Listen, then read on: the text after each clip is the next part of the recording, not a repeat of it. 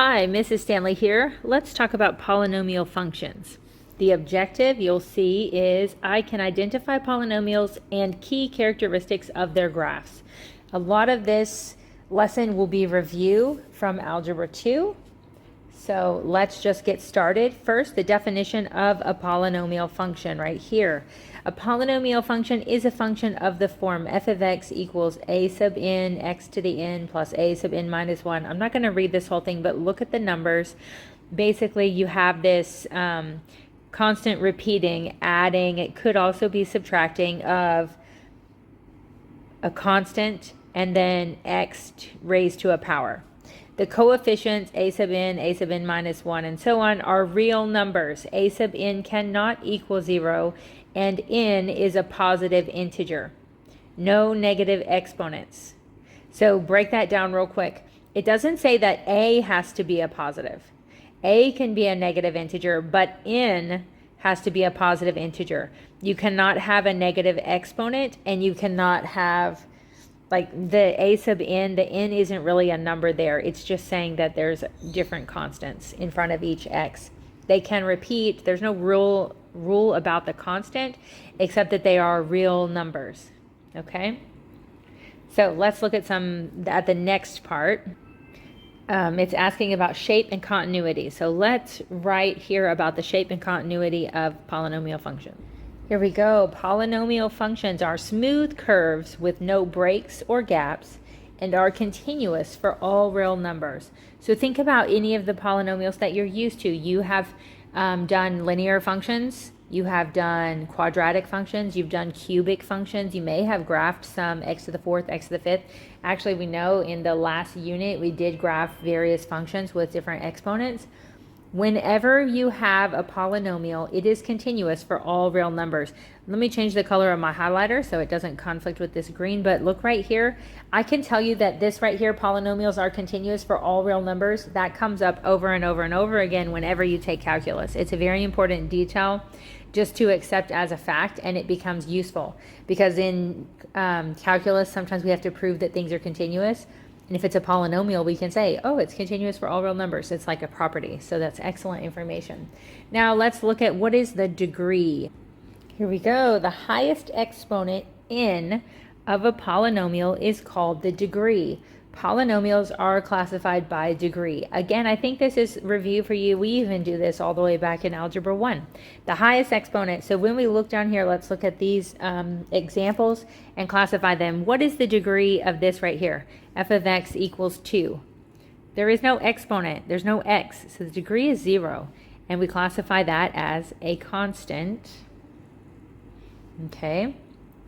The next one, we have negative 3x to what power? The power of 1 plus 8. Negative 3x plus 8. That's a degree of 1, and it's linear. That should look familiar to you. The next one, we've got 5x squared plus 4x minus 1. 5x squared. X squared is the highest exponent, and so that's a 2. That is what we call quadratic, if you recall. And you may be able to fill this table in all by yourself already. The next one, the highest exponent is a 3. That's what we call cubic. The highest exponent on the next one is a 4. I mean, we're seeing a pattern here, but also, hopefully you remember these words. And the fifth one is called quintic. And I don't know, I just feel uncomfortable about my C. It looked like a different kind of letter. So there we go. These are all of the degrees for the first 5. That doesn't mean they're the only ones that exist, but we don't generally name them all the way up. We don't need to memorize that many. Let's go to the next part. End behavior. Again, hopefully this is review. The power and coefficient of the leading term determine the end behavior of the positive function. Sorry, my brain jumped down here to the word positive. That's funny. They determine the end behavior of the function. Recall from the power functions. Here's what we know. Right here, even power, positive coefficient. This is really important information that you're basically going to want to memorize or get used to. Hopefully you'll use it enough that it'll start to stick in your brain. But if you have an even power, the highest power, the degree, the leading one, and a positive coefficient, then what's going to happen there? Well, as x goes to infinity, f of x goes to infinity. And the opposite is also true. As x goes to negative infinity, f of x is still going to positive infinity. Because notice even here in our quadratic function, both sides are going up. They're going the same direction, okay? Now, oh, I didn't mean to do that. Come down here. If it's an odd power with a positive coefficient, it's an odd power. Notice when it's an odd power, the lines are going the opposite directions. So as x goes to infinity, f of x is still going to infinity. But what's going to happen as we go to negative infinity? As x goes to negative infinity, f of x goes to negative infinity. See how it's coming down over here? It's going to negative infinity. So they're going opposite directions because of the odd power. Now let's look at this. Even power, negative coefficient. We have an even power and a negative coefficient. Because of the even power, they're both going to go the same direction, but it's reversed. They're going to go negative. So as x goes to infinity, f of x goes to negative infinity. And the same as x goes to negative infinity, f of x is going to negative infinity. Both sides of that graph are going to negative infinity. See if I can make that fit a little better or more neatly. There we go. And the last one, we have an odd power and a negative coefficient. The odd power should quickly tell us that one's going to go to positive infinity, one's going to go to negative. They're going to go opposite directions. But since it's a negative coefficient, it's going to be reversed. So as x goes to positive infinity, f of x goes to negative, and as x goes to negative infinity, f of x goes to positive infinity. Hopefully you can see that. We're coming to the left, but we're going up. To the right, we're going down, okay? So keep those details in mind. Very important information that will just make things easier for you. Now, let's look real quick at a couple of these examples. I'm not going to do all of these with you because I think that you can do it on your own, but I'll get you started. Using the leading term, give the end behavior of each polynomial function.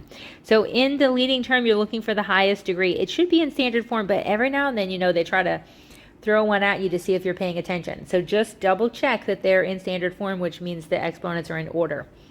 Here on the first one, we've got negative x to the fourth. So this is even, but it's negative, right? So what does that mean for our function? Well, as x goes to positive infinity, even means that they're going to go the same direction, right? They're both going to go up or they're both going to go down. The negative tells me they're going down. As x goes to infinity, f of x goes to negative infinity, and that's going to be the same as x goes to negative infinity, because like we said, it's even, they're going to go the same direction. Okay, look at the next one, number 2. The highest exponent is 5. We've got negative 2x to the 5th. So what's going to happen? This is odd, and it's still negative. So the fact that it's odd means one's going to go up and one's going to go down, but the negative tells me it's going to be like opposites. So as x goes to positive infinity, f of x is going to go to negative infinity. And as x goes to negative infinity, f of x is going to go to positive infinity. What I mean by opposites is if you look at as x goes to positive infinity, f of x is going to negative, and then the opposite is true. X goes to negative infinity, f of x goes to positive. So keep that in mind just as a way to think about it. Now you try 3 through 6, and I will put the answers here for you to check. Okay, this is me giving you time to pause. 3, 2, 1. Okay, in case you are testing me, I'm not going to put 5 and 6 on here. You can check the answer key on the HyperDoc, because I really want you to try those on your own, and it is required that you check them before you turn it in. I mean that you complete them before you turn this in, because there is not an additional practice page. This is the entire lesson, okay? So we'll skip down here. Describe the power and the coefficient of the leading term of the polynomial given the shape of the graph. So what you're saying here is you're actually telling us this is odd or even, and it has a positive or a negative coefficient. I really don't want to do this with you because there's only two, but I guess I'll do one of them and you can try the other. So on number 7, we have, notice the left is going up and the right is going down. So these are opposites. That means it's odd. And since it's the negative, as we go to negative infinity on x, y is going to positive infinity, right? So those are opposites. That means it's going to be a negative coefficient. So we have odd with a negative coefficient. Now I'm going to leave number 8 for you to try. Notice what you see here. The graph is going positive on both ends. That's the end behavior. It's going to positive infinity. Is it even or odd? And would the leading coefficient be positive or negative? All right, let's look at turning points. We just did this in our last lesson, so hopefully it's a review, but today we're only focusing on polynomial functions. In this unit, we're looking at polynomial functions and rational functions. The first part is only polynomials. In the previous lesson, we were talking about all kinds of functions. So some of that information still applies, right? The point at which a polynomial function switches direction, that's a turning point.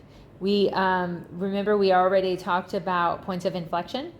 So here we go. If the turning point is higher than any nearby point, it's called a what? If the point is higher, so imagine I have something like this and here's my point. What is this called? This is called a relative maximum. And then the opposite, if the turning point is lower than any nearby point, it's called a, what does it look like when we do this? What's it called? A relative minimum. Hopefully these terms are just review. Maximum and minimum values are called, this word I know we used, extrema. Turning points define where the function is increasing or decreasing. Turning points define where the function is increasing or decreasing. So look here. Here the graph is going up and it kind of gets right here to this point, and then what happens? It starts to go down. It's decreasing and we reach it. Sorry.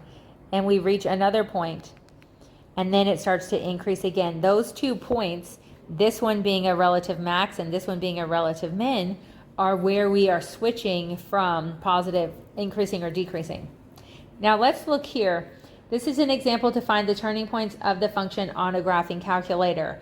I'm going to go ahead and switch my screen so that you can actually see my calculator and then come back to the paper. So just follow along as I go through the graphing calculator that we have here at the school, and it is similar to many of you who have calculators at home. Okay, we have our function and we're going to turn on the calculator. The on button is down in the bottom corner.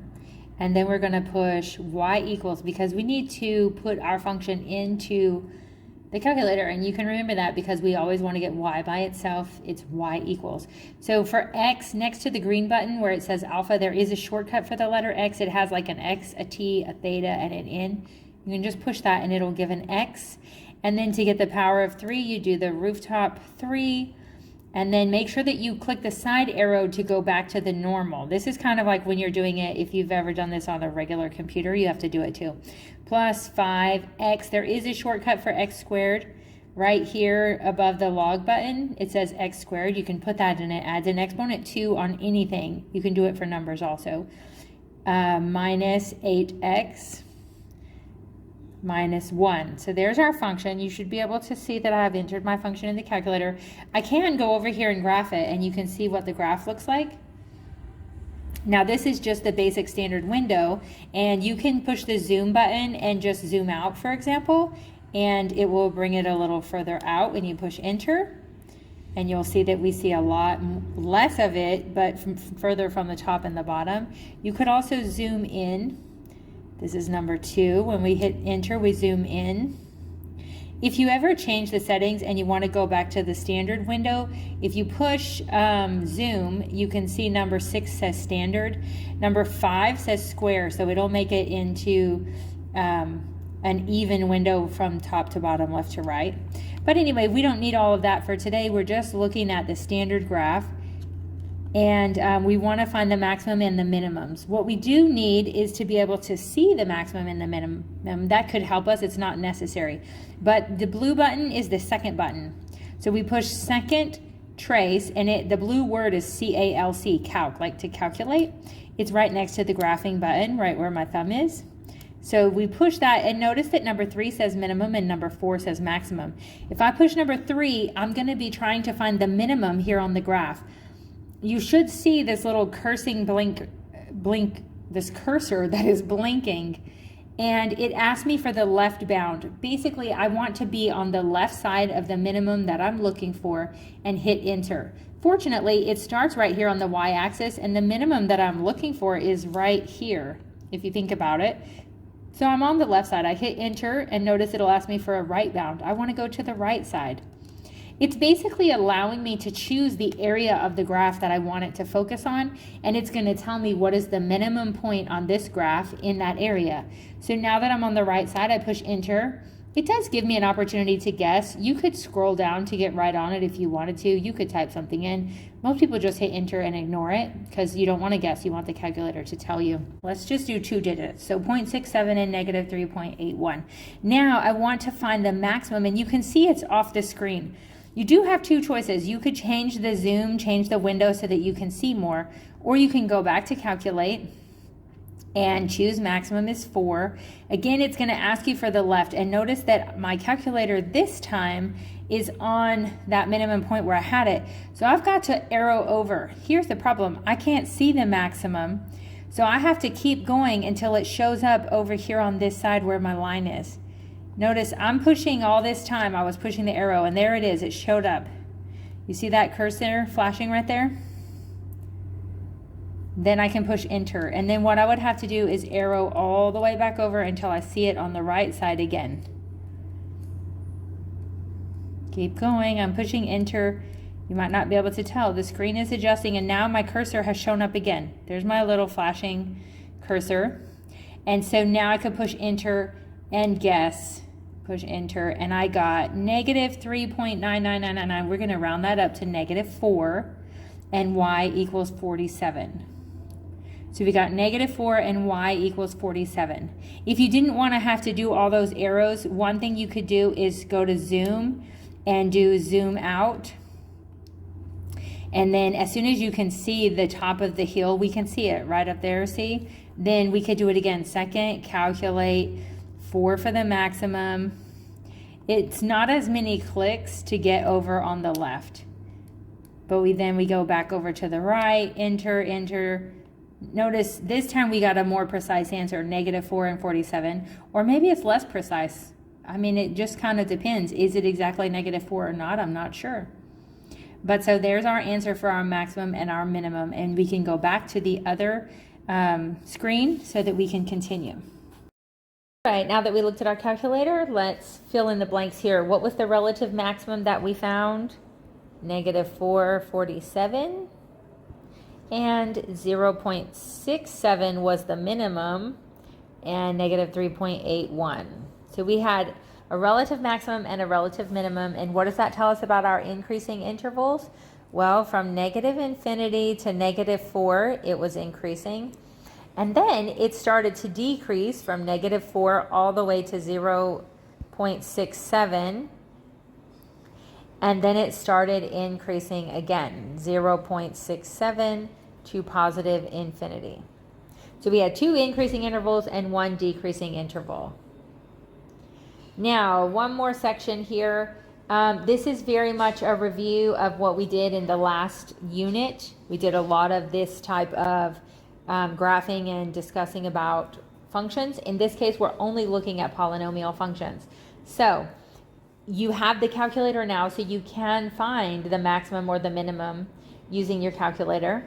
And I will do the first one with you, and then I'm going to leave number 2 and 3 for you to do. And yeah, I feel confident that you'll be able to figure that out. Let me just give a quick look over them. Yeah, I think we'll go ahead with number 1. I realized that the x cubed and the x fourth is a little bit more challenging, but I think that you need the practice, especially even just using the calculator to find the max and minimum. So you'll have the answer key that you can go back and check for at least one of them. And then, you know, it's good practice. So let's look at this. First of all, it's an x squared right here. So what does that tell us? It's quadratic. And what do we know about the domain? It's a polynomial function. We already know the domain is all real numbers. We don't know the range yet. And we'll just quickly get some points off the calculator to plot this, and then we'll be able to finish it. So I'm changing my screen again, and then we'll come back here, okay? Okay, let's look at our problem. We turn the calculator on. We go to y equals, just like if we were going to graph, but instead we want a table. So we're going to push this for x squared, and our problem is plus 2x minus 5. Now I can go to the graph to see what it looks like. Notice that my graph is a little bit zoomed in. How do I know that? Because the x and y axis are pretty dark. Again, we can go to the standard window by pushing number 6 under zoom. Now what we want to do is we want to see a table, and if you look above the word graph, you'll see the blue word table. So you have to push the blue button whenever the word is in blue. So I push it and look at the table. Now here I can see right away when x is 0, y is negative 5. When x is 1, y is negative 2.